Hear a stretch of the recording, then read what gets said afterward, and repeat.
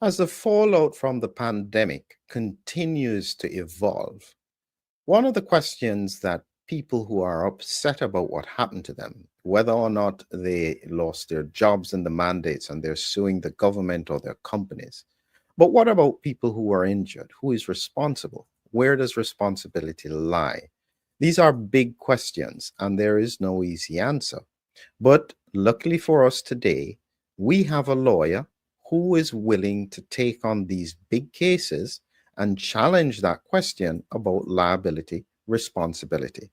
Who actually is responsible? Could it be the doctors who didn't actually administer the vaccines? Is it public health? Is it the government? Is it that no one is responsible? And if there are injuries, it is your problem because it was experimental use. It was not yet fully authorized. Emergency use authorization, I was going to say. Where is the responsibility? So, what we will do, without further ado, we'll bring in Lisa and have her take us through the legalities of what's going on. Lisa, thank you very much for joining me. And I would like you first to just do a quick introduction to the audience. Hi, everybody. It's very nice to be here with you on Dr. Phillips' podcast. I'm a lawyer of 25 years in Canada. I have a Bachelor of Science, the minor in chemistry, and a Master's of Law in conflicts of interest. I sued the government in Canada on the first SARS case representing Nelia La Rosa. I've been writing on Substack on COVID and freedom issues. And I wanted to come here today to discuss a recent European Commission decision. And I'd like to say, while I am a lawyer, I'm not your lawyer, and we should still get legal advice if we're really considering a personal action. So on that Excellent, excellent, Lisa. So let's get straight to it. Now, before we actually do that, though, I just want to clarify what would make you take on the government in that first SARS epidemic in Canada? Why did you feel the need to do that? Because I'm sure that wasn't an easy decision. At the time, the case was framed as a representation of bad faith, in that they were representing, the allegations were that they were representing SARS was not present, that there was no need for PPE. And in fact, there were even punitive regimes where if nurses were putting their PPE on. So, that was the allegations at the time. And I'm not totally free to discuss the outcome of the case because it's protected. But it really caused me to dive in to the pandemic that we recently experienced, and to have a sort of a critical eye in terms of what was going on and how things were different. And so I've been following it since 2022, and certainly with respect to when the truckers in Canada were contesting the mandates so significantly. Yeah, well, what I think I was getting at, Lisa, is that clearly you are one of those people who are not afraid to take on big cases. And that's what I was interested in, really. Your personality clearly draws you to this situation where you are tackling the Goliath against the David almost. Is that part of your personality? I would say it is. Just this sort of idea where I see injustice, it really inflames me. It really does. And this might be a funny story, but to some, or a nut bar story. I was walking, I remember, across campus, and there was a dog on leash. He was quite ferocious, and he was attacking a squirrel quite bloodily. And there was a whole crowd around watching. And I walked right up to the dog, and blood in the squirrel. And I was demanding, whose dog was this? And what? and I grabbed the squirrel from the dog, and it was at a vet college, and took the squirrel to the vet college, and I thought to myself afterwards, I was willing to go right in there in front of a dog and its prey in its mouth, and had no qualms about it. And I thought, what kind of personality do I have?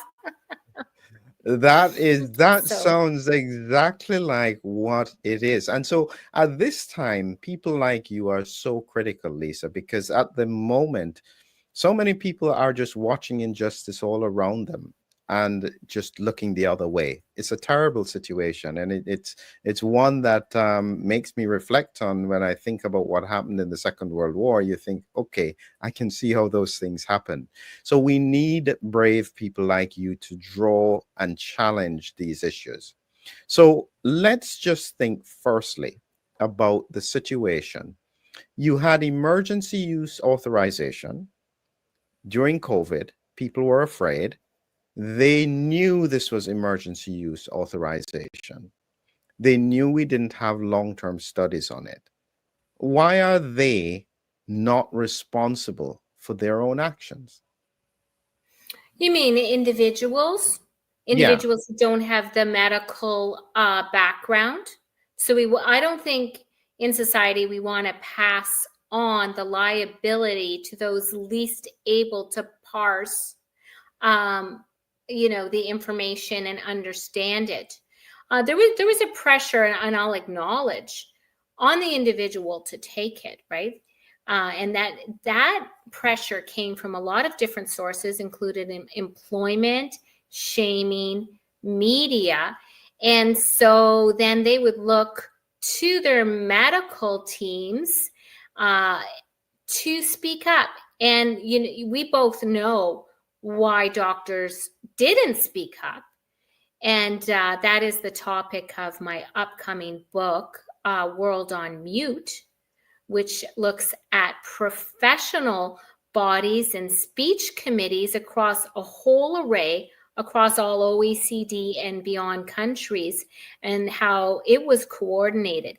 So we know both individuals were shamed and pushed and incentivized, and in fact coerced. And we know that doctors were silenced. But now we have a new decision in the European court, and I'm not a European lawyer, and I can't, provide an opinion in law in that respect, but I can give you how I interpret it.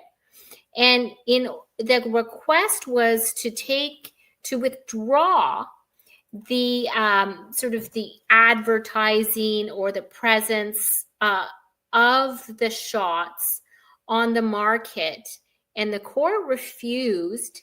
And in refusing, they indicated something quite important. Two things: that doctors were always free not to administer the shots, and to advise against it. And in the second instance, that the doctor should have been providing prescriptions for this COVID vaccine. And so that's a lot to unpack. And there's a lot of directions we can go with that. And I can talk about what some analysis is going through and suggesting. But that's, I'll leave it there in case you want to jump in and ask a few questions about that. Yeah, I think the first thing that I want to clarify is that why was the European Court of Justice, in any case, looking at this? Who brought this in front of them, and why? Professor Farigi, I hope I'm saying his name correctly. And it was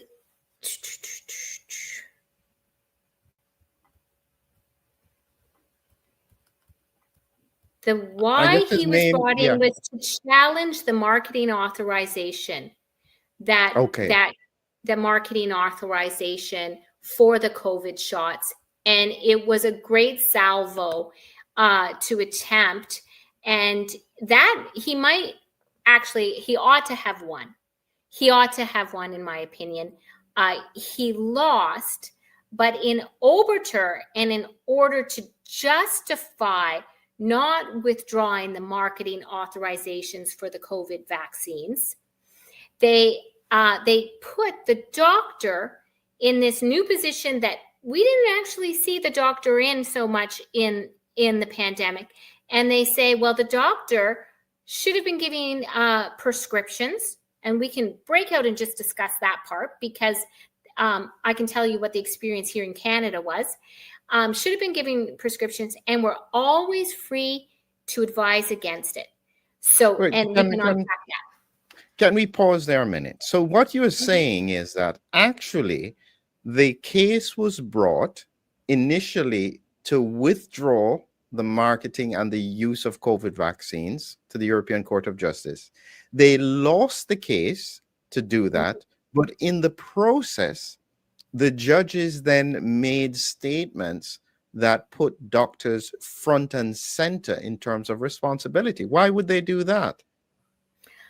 Well, now, in order to say that we're going to keep whatever it is that the European Union had for the marketing authorizations for these shots on the market, we're going to leave them as is, and we don't have to withdraw it no matter what the evidence is, because guess who's there? Guess who's there? The doctors are. The doctors are there, and if there's a problem with these things, they can advise against it. And in all cases, they should have, been providing prescriptions for this. And I know here that a good portion of vaccines were simply set up on an online, entry where your information and an appointment was set up. And you might have talked to an individual. They were a call center individual. Those individuals would give you the time that best suited you in the location that best suited you. And then it was a mill. It was a vaccine mill. There at no point did you seem to touch base with any doctors. So there's a vast amount of people that went to those mills or were sent to pharmacies. And again, at the pharmacy, they would not have been given informed consent.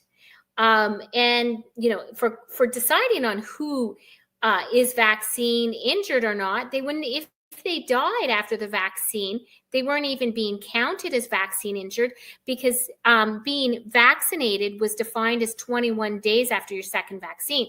So you could literally die on the spot, and that would be a COVID injury as opposed to a vaccine injury. There's all kinds of problematic definitions there. But where did you actually see a doctor? So then now the new cases where you're actually possibly seeing a doctor is you're going in for a routine examination. You have an issue. You might be pregnant. Not you, but somebody might be pregnant, and they're faced with the pressurization of a booster or getting a vaccine in those appointments. And so those are the doctors, I think, who should most fear that decision, because that decision could expose them. Here it is, written in a decision that doctors should have decided whether or not that individual should be administered that vaccine. They should be given a prescription. And so when a prescription is given, certainly what you usually get is adverse events, possibilities of a discussion with that doctor. And so it changes what was done from a push, kind of from a central authority, to now making individual doctors everywhere possibly liable because of this decision. I think is something that doctors should bring up with their insurers, and if they do have a doctor or a lawyer, should bring up with them as well. This is fascinating. I mean, fascinatingly worrying. Now, I think I understand where you're coming from here. So let me tell you what I think you're saying, if any doctors are listening. In the first phase of the pandemic, where they were giving out the first 2 doses, that was very oftentimes done in clinics across they just set up places. People would come and they would get their vaccines. Okay. However, as the times for the boosters, certainly beyond the first to the second and the third and the fourth boosters, very often patients would come into their doctor's office and they would then be encouraged, based on your risk factors, you have certain comorbidities or you're a certain age, or they're just worried. And their doctor then says, yes, you need to get the COVID booster shot. And if they had any negative outcomes, because the doctor didn't put any concerns or questions at that time, that doctor then becomes responsible for the ongoing marketing and supply of vaccines to now their personal patient who they consulted with. Is that about right? It is part of it. And you also have to say, were those doctors then up to speed on the downsides of the vaccines, on the possible side effects of the vaccines? Have they been following the research? Are they made aware of the research? And then how the whole system is set up, hospital-based or otherwise. What about the nurses who are talking to the patients, pushing the vaccines in the clinics? I went in for a knee surgery and my triage nurse pushed vaccines on me. So was that at the behest of the hospital system? Was that at the behest of a certain doctor? How was it that was her job to do so? So, I think if cases were brought, what would typically be done would be that there would be, third party. If you're naming me, as a doctor, I'm going to name, my professional body, for instance, that pushed the silencing and against speaking up. Or I might push my hospital system who might dock me if I don't get enough vaccine push. Or maybe I'm pushing the insurance system in the US that questions you if you're not, putting in enough vaccines. Doctors were financially paid quite well to administer vaccines. And then on the downside, they would be witnessing all those who spoke up against them fight their responsible bodies, their professional bodies, attack them. And so it's quite an odd situation where doctors, I think, would say, well, was I really free? But now you have a court saying, well, yeah, you always had the ultimate responsibility. I did say something based on the historical stuff, the way how things go. And I said in 2021, if and when the brown stuff hits the fan, they're going to blame the doctors. Because they're going to be saying, I could imagine it. The politicians would say, well, we're following the science. The scientists would be saying, well, this is what the studies showed, but we didn't know that there were injuries. Goodness, you mean patients actually got injured and got sick? And so everybody would then start shunting responsibility, even though the doctors were at risk for speaking out. Remember, doctors were put under the threat, and in some countries, they lost their jobs for just not taking the vaccine. I'm not even talking about speaking out. Just for their job, they were required to have COVID vaccines, whether or not they had natural immunity. They just had to have them. And if they didn't get them, they would lose their jobs.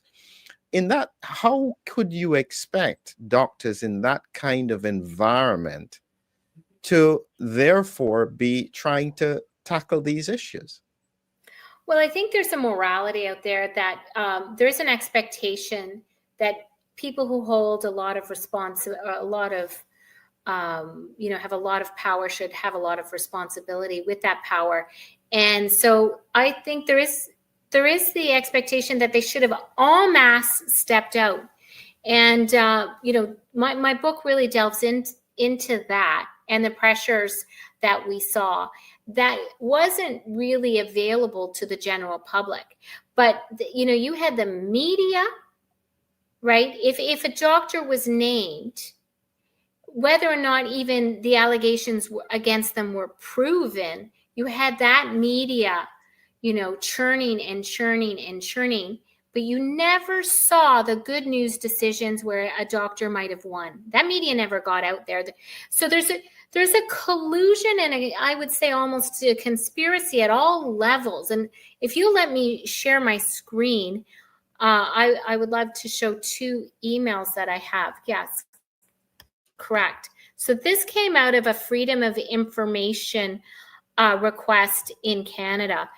And Dr. Charles Hoff was one of those brave doctors in Canada that faced losing his license. And back here in the pandemic, you have him on April 7th, 2021, writing Bonnie Henry in BC, and she was the Chief Public Officer of Health for the province of BC in Canada.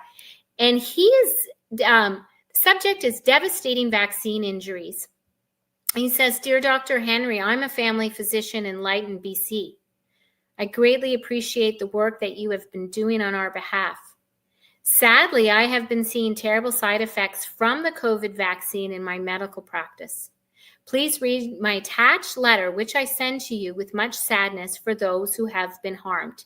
And in his letter, I didn't attach it here, but it delineates the injuries that he experienced from his patients after administering the vaccine. So here's a doctor stepping up. Okay. Now, the second email I have here, I hope you can see it. Yeah, we're seeing it. Right.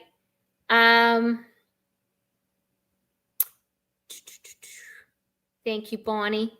This is to Bonnie from Monica, right? Because they circulated among themselves in the Officer of Health office, devastating vaccine injuries among residents in Lighton. Just confirming that I've submitted a formal complaint to the CPSBC on behalf of the patients and communities affected by the actions of Dr. Hoff. Regards, Doug, which is Dr. Douglas W. Smith, because Bonnie had said, "Thanks for following up. I believe we should report this person to the college," Bonnie. So, wow. Yeah. So let me just get this into context here so that the audience understands this.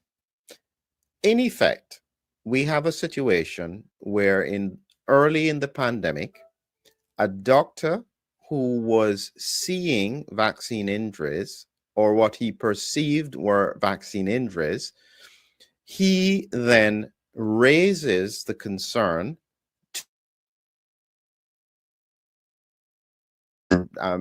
public health officer or medical officer.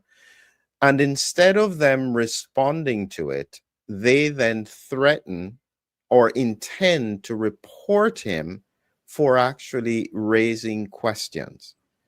Now, so I'll clarify that. He doesn't get the email until he gets an FOI. So until his lawyer gets an FOI later on. That email is internal. So between Doug and Bonnie.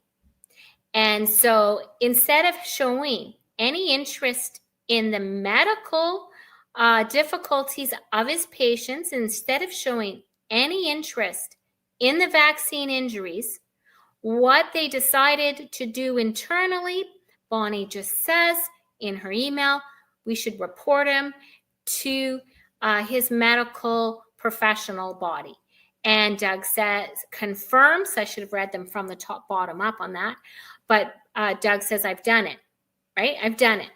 So there you have this little collusion between public health, which that is what, the Chief Medical Officer of Health in BC really represents, which, when we went through the national focal points of the WHO in Canada, public health is an arm of the WHO. So then you have the arm of the WHO, You have the national focal point, the public health authority, top dog, she finds out there's medical injuries, and what does she do?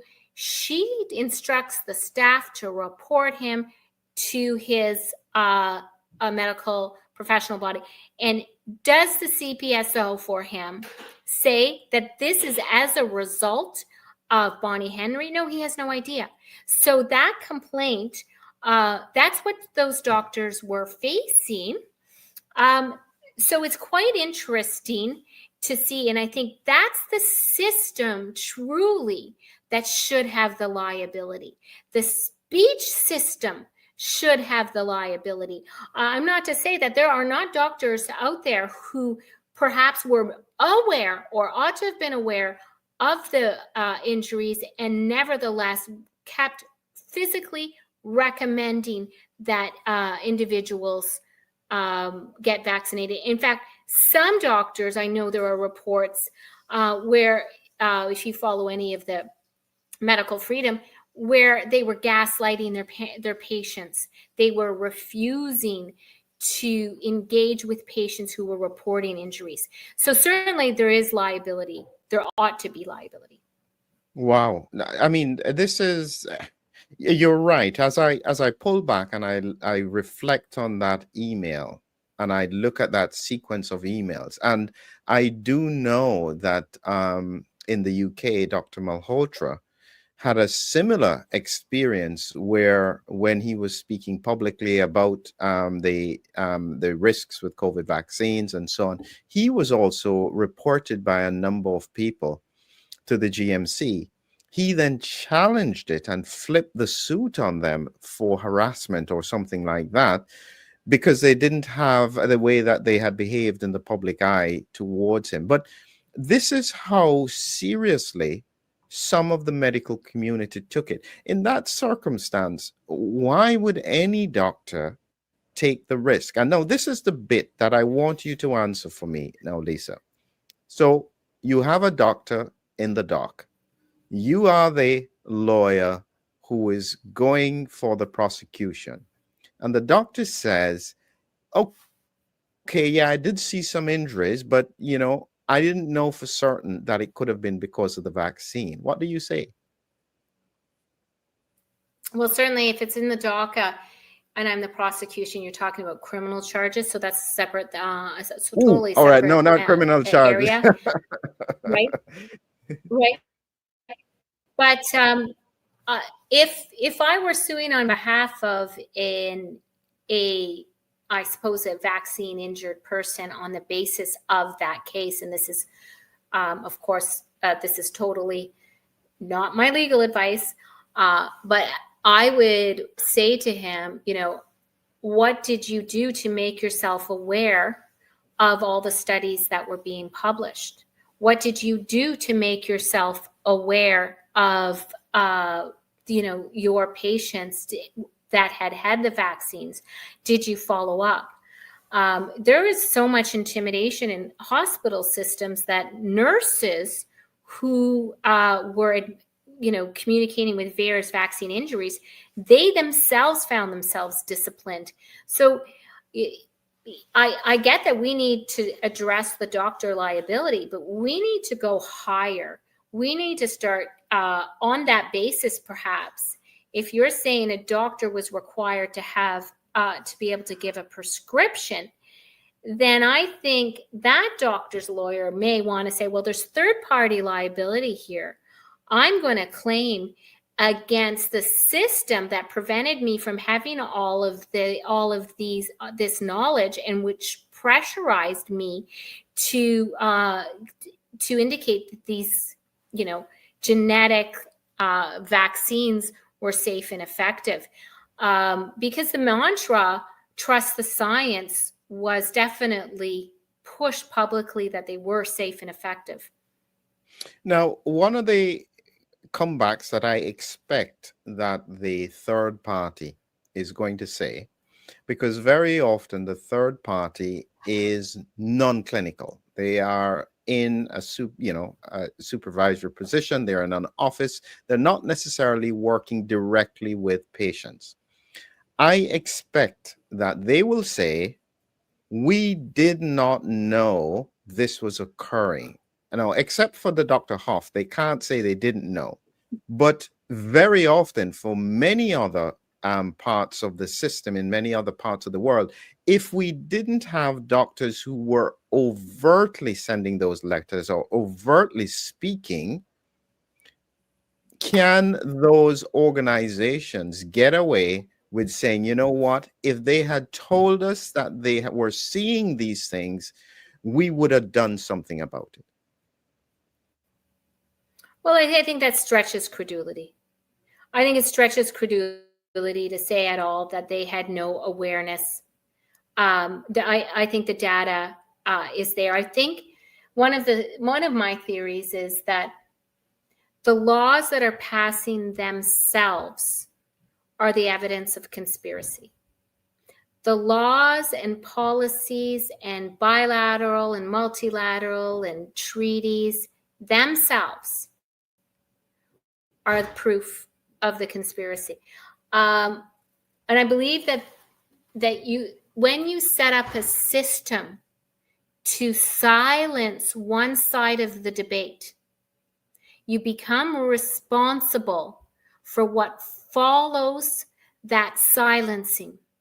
So if one side of the debate is not in the public square, and that is the side of the debate that errs on caution and that is clamoring, in fact, to indicate that injuries are so rampant and so horrific among their patients, and that debate is silenced, then I believe that liability should flow to the system that did the silencing. And it's not to say that doctors in certain indications shouldn't themselves find that liability, but the system that set up that silencing is the problem. You know, I'm reflecting carefully now, and I know that if I quietly go and speak to almost any doctor, clinician, anywhere, they're likely to be saying quietly, listen, I'm seeing stuff like I've never seen before. I don't know what it is, don't know why it's happening. And yeah, I don't know if it's COVID. I don't know if it's the vaccines. I don't know if it's a combination, but things aren't right. Okay. And I would expect that the vast majority of clinicians are thinking that. And in a quiet conversation, that's what they would say. But they have no evidence. What are they supposed to do? Well, what do you define as evidence? Because what you're seeing is, despite those booster recommendations, you're seeing uptake of vaccine among nurses at the lowest rate. The last time I looked, it was 15%. So those are the people in the medical community that are triaging people, that are asking, their patients, and they're taking up that data. They're not getting vaccinated. And I can tell you that I have spoken to enough women after the first rollout, just such astounding. And this is personal anecdote, but at what point do personal anecdotes not add up? My aunt's niece on the other side of the family, first time I ever heard of a baby stillborn at 8 months. The 3 pregnancies in my life that were with my friends and loved ones during that period, 2 of them, the babies had to be removed. One for a calcified placenta and didn't grow, was just such a tiny little baby. And another one, they told her it was an old placenta. The amount of women who I have a nurse friend. She's the mother of my daughter's school. At my daughter's school, she, within 15 days of the first Pfizer, started to bleed. She was put on medication and it stopped it. Within a month, she was required to conform to keep her job, and she never stopped bleeding. After 3 months, they wheeled her in, and she was in her mid-30s, and she had a full hysterectomy, and she was still bleeding on the way in. She told me on her shift, 2 other nurses faced the same thing. Women, I have 2 friends who had to have their whole womb, cauterized because of the extreme amount of bleeding and clots that followed. I know a young lady, only 22, the daughter of one of my mentors, had to have a hysterectomy. And so all of this carnage that was out there, right? All of that carnage, what is evidence? What is evidence that you refuse to collect? What is evidence that you refuse to discuss? What is evidence that you're punished for bringing forth? What is the evidence? What is evidence if someone's told what their information is a conspiracy theory? Everybody's discussing this in hushed formats. And so not everybody was injured right away. Some injuries, might have followed. But whether or not there is sufficient amount of evidence, I kind of don't believe it. I kind of don't believe it at all. I can see the passion in what you're saying. I can see the injustice that's driving you with this. When you reflect on it, what is it that is most getting you upset? Well, we will recall romaine lettuce. We will recall a crib. There's a sense of product liability that we're used to. And there's also been an exploitation of people's trust in the medical profession without knowing how gamed it all is. Just how when we look at that Dr. Hoff email where we have someone trying to get to the evidence to the people who could stop the injuries for everybody afterwards if they treated that evidence seriously, investigated it. Now, this is one doctor, right, in one location. So if they extrapolated, how many people did he vaccinate? How many injuries did he have in that small community in his experience? And they extrapolated it around, right? But the fact they showed no curiosity, they showed no interest, and in fact, that their reaction was to punish the individual for speaking up. That is what it means, that the system is flawed itself, and it is gamed to produce the injuries, to continue the injuries, to profit from the injuries. And the profit was extreme. And then you have on the other side of it, the people who want to look at their world, look at the media, and the media is silent, and the media, produced all the heretics who spoke against it. All those heretics, they attacked them. So you have this population who keeps lining up for more injuries, and salmonella, on lettuce is treated more seriously. As we come to the close here, Lisa, I want to, as you were saying about those injuries and so on, I had to think about something that does baffle me. For over 2 years now, embalmers, since 2021, they've been talking about these strange, unusual clots. They've been discussing them. Finally, we're having some people in the scientific community looking at them, and these things we have never seen before. They are having patterns that we have never seen.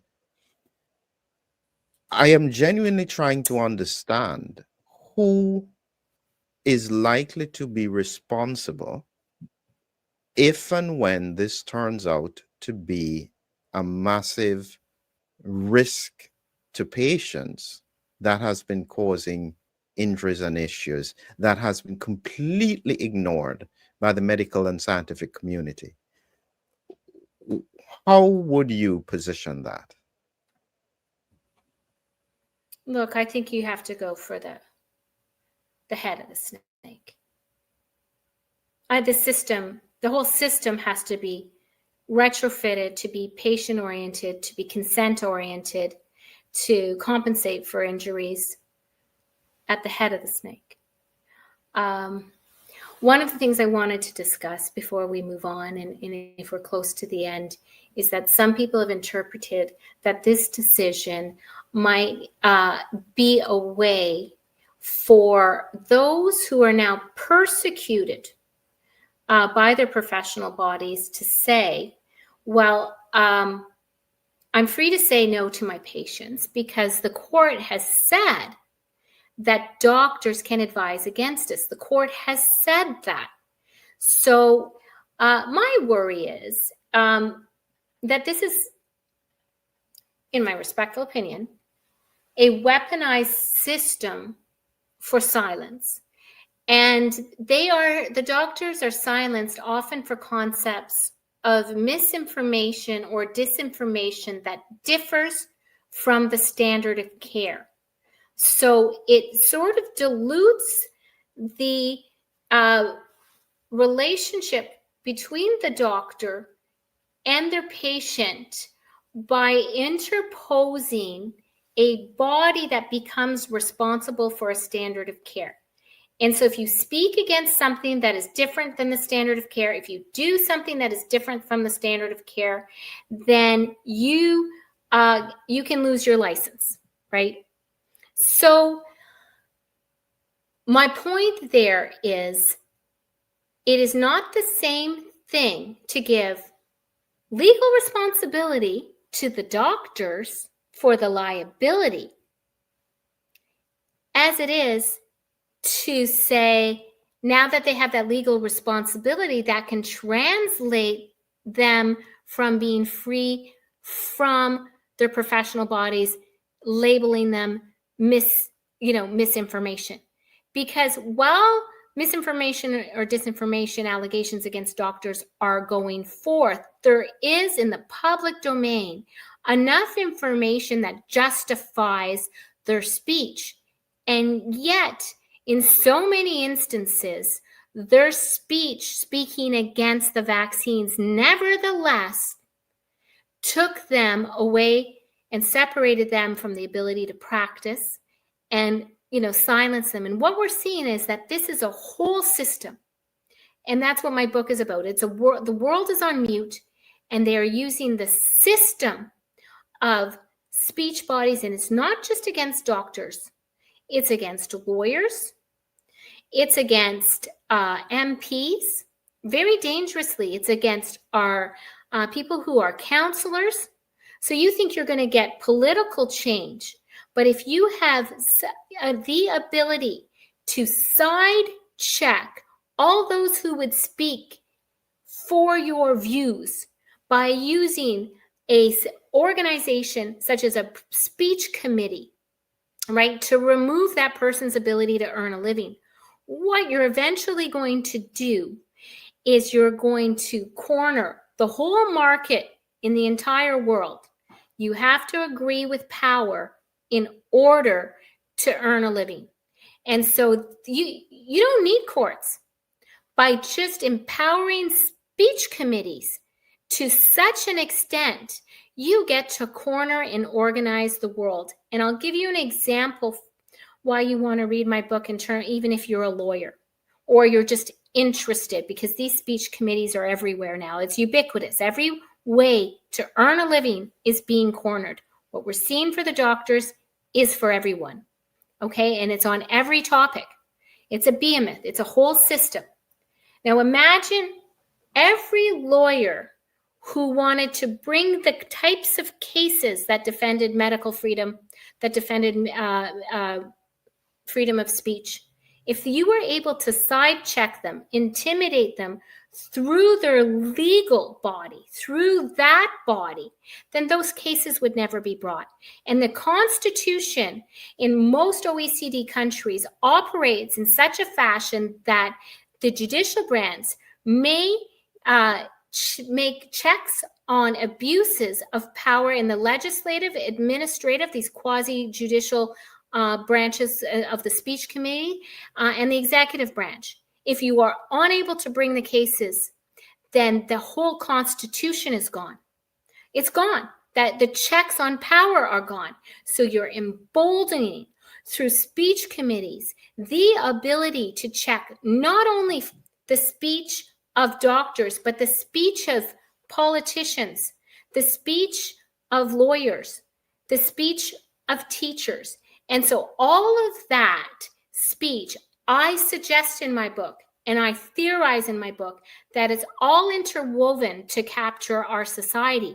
And so the doctors, the medical doctors, they were, the canaries. They were the first ones battling the speech committees with respect to what they were experiencing. And you would have thought that the professional bodies in medicine would have been very curious and show some interest into actual science, i.e., what is observed. What is observed is science, right? It's not what is published. Wow. I mean, I didn't want to interrupt you there, Lisa. You were on a roll. So listen, as we close out now, what do you say to a doctor? I'm talking, or let's say someone else. They're quietly talking to you, and they are talking about what you're saying, and they're worried about their own liability.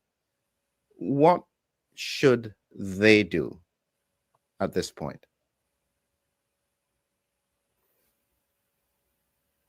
Well, I think they do have a possibility of lawsuits being brought, and whether or not that's upheld in court or not, however these new decisions get taken.